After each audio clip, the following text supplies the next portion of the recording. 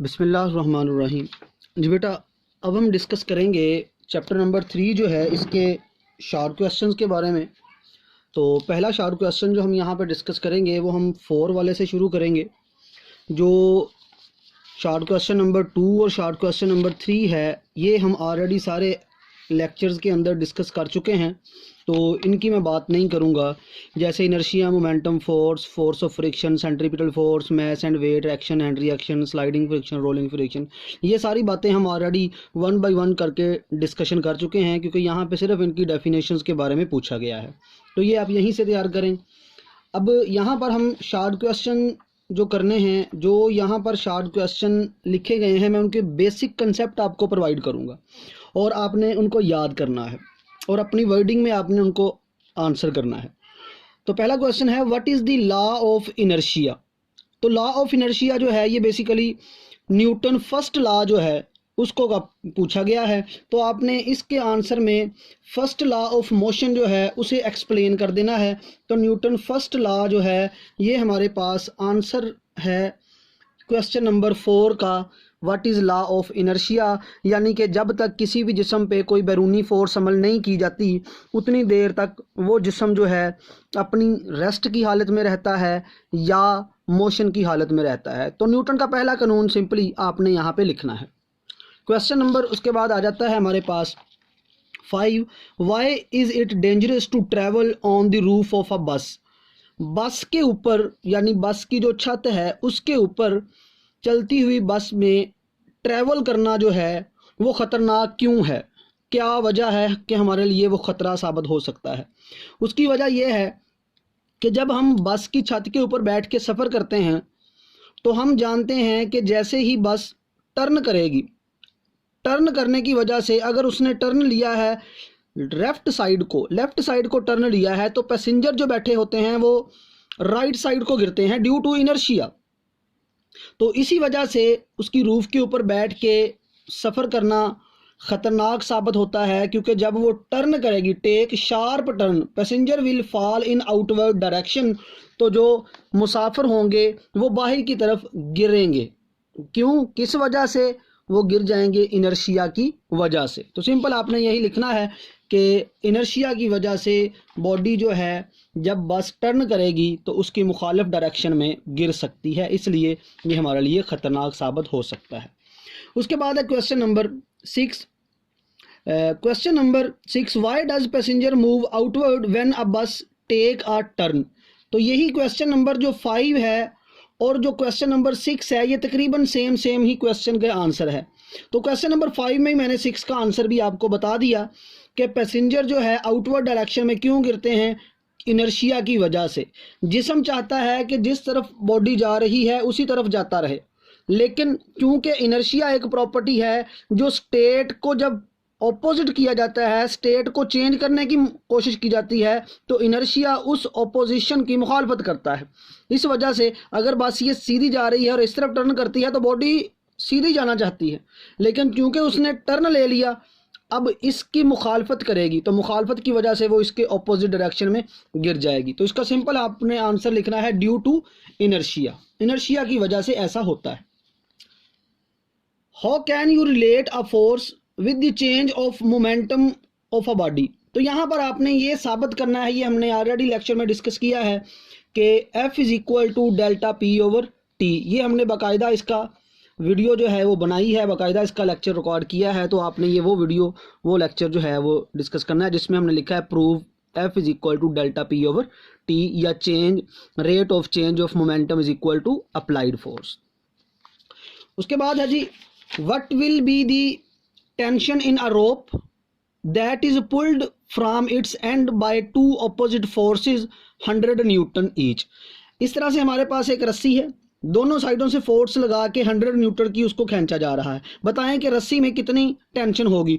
तो ये आपने एमसीक्यूज भी किया था, वहाँ पे 10 न्यूटन की फोर्स थी, यहाँ पर 100 है, तो जितनी फोर्स लग रही होती है उतनी ही टेंशन है। तो टेंशन कितनी आ जाएगी आपके पास? 100 न्यूटन।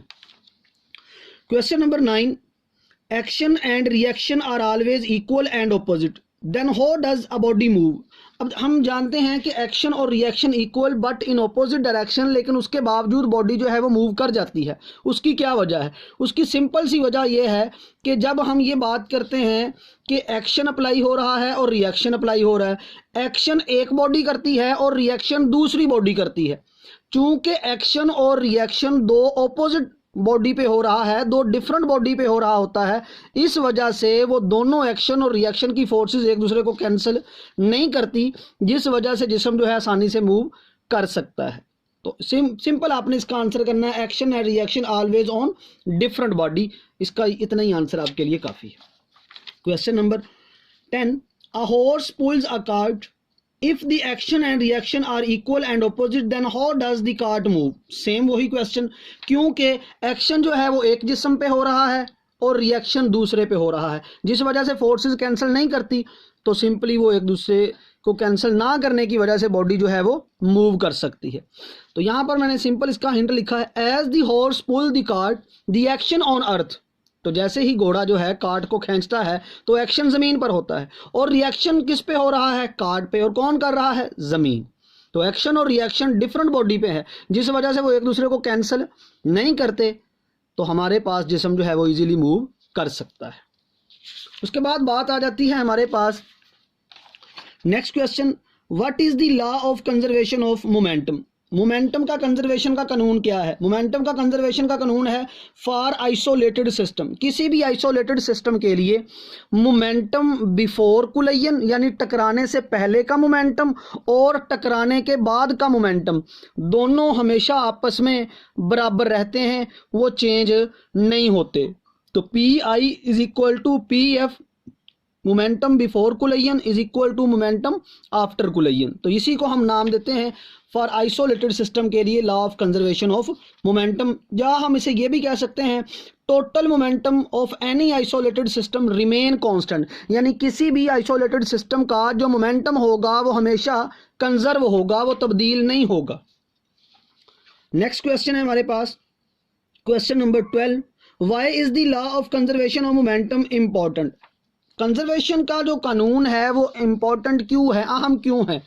उसकी वजह यह है कि ये जो कानून है law of conservation of momentum, ये हर जगह पे अप्लाई होता है। Applicable on all object in the universe either larger और स्मॉलर। कोई जिस्म बहुत बड़ा हो या है कोई जिस्म बहुत छोटा हो, ये हर जगह पे अप्लाई हो जाता है। इस वजह से for isolated total momentum remain conserve, इसलिए ये हमारे लिए बहुत ज़्यादा इम्पॉर्टेंट है कि हर किस्म के ऑब्जेक्ट के ऊपर, हर किस्म के साइज़ के ऊपर ये अप्लाई किया जा सकता है और रिज़ल्ट सेम रहता है बिफोर कुलयन और आफ्टर कुलयन। तो ये इस तरह से आपने इसको याद करना है। Question number 13, when a gun is fired it recoil why. अब देखिए, जब हम गन से बुलेट को फायर करते हैं तो जो हमारे पास गन है वो पीछे को झटका देती है। क्यों? वजह क्या है? अपना मोमेंटम कंजर्व रखने के लिए गन जो है वो बैकवर्ड डायरेक्शन में मूव करती है या जर्क देती है आपको। तो सिंपल इसका answer, to conserve the momentum, momentum को कंजर्व रखने के लिए the gun recoil in opposite direction to bullet. जिस डायरेक्शन में गोली मूव करती है उसके ऑपोजिट डायरेक्शन में जो बुलेट है वो गन जो है वो मूव करेगी। तो ये आपने बात याद रखनी है, सिंपल यही इसका आंसर है, to conserve the momentum of the system. Question number next हमारे पास, describe two situation in which force of friction is needed. कौन सी दो सिचुएशन है जिनमें हमें फ्रिक्शन की ज़रूरत है? तो दो तीन बातें आप अपने से भी लिख सकते हैं। सिंपली मैंने हिंट दिया यहाँ पे आपको, टू राइट, लिखने के लिए भी फ्रिक्शन की ज़रूरत है, चलने के लिए भी फ्रिक्शन की ज़रूरत है, और टॉक करने के लिए भी फ्रिक्शन की ज़रूरत है, बातें करने के लिए भी फ्रिक्शन की ज़रूरत है। अगर फ्रिक्शन नहीं होगी हम चल भी नहीं सकते, लिख भी नहीं सकते, बातें भी नहीं कर सकते। फ्रिक्शन ना हो परिंदे जो है वो फड़फड़ा भी नहीं सकते। Next question, how does oiling the moving part of machine lowering the friction. जब हम मशीनरी के दरमियान ऑयल जो है उसको इस्तेमाल करते हैं तो मूविंग पार्ट जो है उनकी फ्रिक्शन कम हो जाती है। वजह क्या है? उसकी वजह यह है कि ऑयल जब किसी सरफेस पे लगाया जाता है तो वो सरफेस ज़रा स्मूथ हो जाती है। It will smooth the surface which are sliding and hence reduce the friction between these part of machine, जिन मशीनरी के पार्ट्स के दरमियान ऑयल इस्तेमाल किया जाता है, ऑयल की वजह से दोनों मशीनरी के हिस्से जो आपस में ऐसे रगड़ रहे होते हैं, जब उनके दरमियान ऑयल आ जाएगा तो दोनों की सरफेस जो है बहुत ज़्यादा स्मूथ हो जाएगी। स्मूथ होने से फ्रिक्शन जो है वो कम हो जाती है। तो इस तरह से ऑयल क्या करता है, ऑयल जो है वो फ्रिक्शन को कम करता है। Next question, describe ways to reduce friction. तो ये डिस्क्राइब करना है वेज टू रिड्यूस फ्रिक्शन। ये हमने पूरा आर्टिकल डिस्कस किया है, तो ये आपने वो आर्टिकल या वो लेक्चर आपने नोट करना है, वो सारा कुछ आपने याद करना है दोबारा से यहाँ पर। Why rolling friction is less than sliding friction. Rolling friction जो है वो स्लाइडिंग फ्रिक्शन से कम होती है, क्यों? उसकी वजह दो मेन वजूहात हैं। जब हम किसी बॉडी को स्लाइड करवाते हैं तो स्लाइड के दौरान जो कॉन्टैक्ट एरिया है, जो दो जिस्म आपस में ऐसे टच हो रहे हैं, उनका वो कॉन्टैक्ट एरिया ज़्यादा होता है, लेकिन स्लाइडिंग के दौरान जो कॉन्टैक्ट एरिया होता है वो बहुत थोड़ा होता है। तो सरफेस कॉन्टैक्ट एरिया थोड़ा होने की वजह से जो रोलिंग फ्रिक्शन है वो कम होती है। So rolling friction is less than sliding friction because point of contact and surface area which is in contact is very small as compare to sliding object.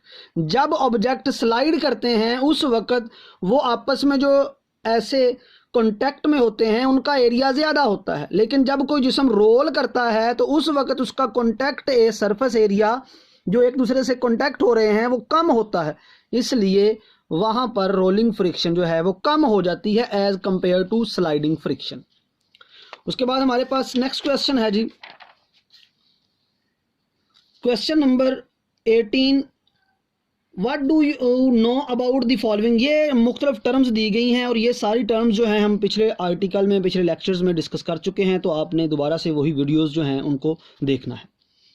Next हमारे पास question number 19, what would happen if all the friction suddenly disappear. ये बहुत important question है कि अगर एकदम से सारी फ्रिक्शन गायब हो जाए तो क्या होगा। अगर एकदम से सारी फ्रिक्शन जो है वो ख़त्म हो जाएगी, कोई भी जिस्म, कोई भी ऑब्जेक्ट अपनी जगह पे स्टेबल नहीं रह पाएगा। अगर चीज़ें एक जगह पे रुकी हुई हैं तो वो फ्रिक्शन की वजह से रुकी है, अदरवाइज कोई भी चीज़ें जो हैं वो रुकी हुई या स्टॉप हुई आपको नज़र नहीं आएगी। यानी पूरी यूनिवर्स के अंदर जितने भी आपको रिदम नज़र आ रहा है वो फ्रिक्शन की वजह से है। अगर फ्रिक्शन नहीं होगी तो सारा रिदम जो है वो टूट जाएगा, सारा रिदम बेकार हो जाएगा, जिस वजह से कोई भी चीज़ यूनिवर्स के अंदर प्रॉपरली एग्जिस्ट नहीं करेगी। तो nothing would exist in universe without friction. No work, no talk, no walk, no writing, यानी nothing can be stop at any place. कुछ भी नहीं होगा अगर फ्रिक्शन एकदम से ख़त्म हो जाए, सब कुछ तहस नहस हो जाएगा अगर फ्रिक्शन सारी की सारी ख़त्म हो जाए। तो ये सिंपल आपने इसका आंसर लिखना है, nothing would exist in universe without the friction.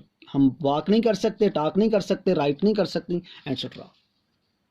Y the spinner of a washing machine is made to spin at a very high speed. Spinner जो है, वॉशिंग मशीन, ड्रायर हमने पढ़ा, उसमें जो स्पिनर है जिसके अंदर कपड़े डाल के और स्पिनर जो है बड़ी तेज़ी से रोटेट करता है। वो कहता है वो बहुत तेज़ी से क्यों रोटेट करता है, उसकी वजह ये है कि जब हम कपड़ों को स्पिनर में डाल के तेज़ी से रोटेट करवाते हैं तो कपड़ों पे लगती है सेंट्रीपिटल फोर्स, जिस वजह से कपड़े अंदर को इकट्ठे हो जाते हैं, और पानी जो कपड़ों के अंदर है उस पर लगती है सेंट्रीफ्यूगल फोर्स, और वो सेंट्रीफ्यूगल फोर्स की वजह से बाहर को निकलते हैं, जिस वजह से कपड़ों के अंदर मौजूद जो पानी है वो बाहर निकल जाता है, लेकिन जो कपड़े हैं वो अंदर को एक जगह पे ऐसे इकट्ठे हो जाते हैं।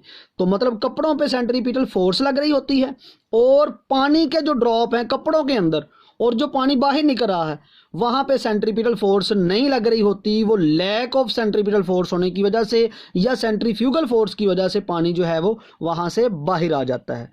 तो ये मेन आपके पास शॉर्ट क्वेश्चन एक्सरसाइज के चैप्टर नंबर 3 हमारा कंप्लीट हो गया। तो ये सारे लेक्चर चैप्टर नंबर 3 के आपने तसल्ली से दोबारा अच्छे से सुनना है, इनको देखना है, रीड करना है। तो इस तरह से आपका ये चैप्टर नंबर 3 बहुत इंपॉर्टेंट है और ये कंप्लीट हो।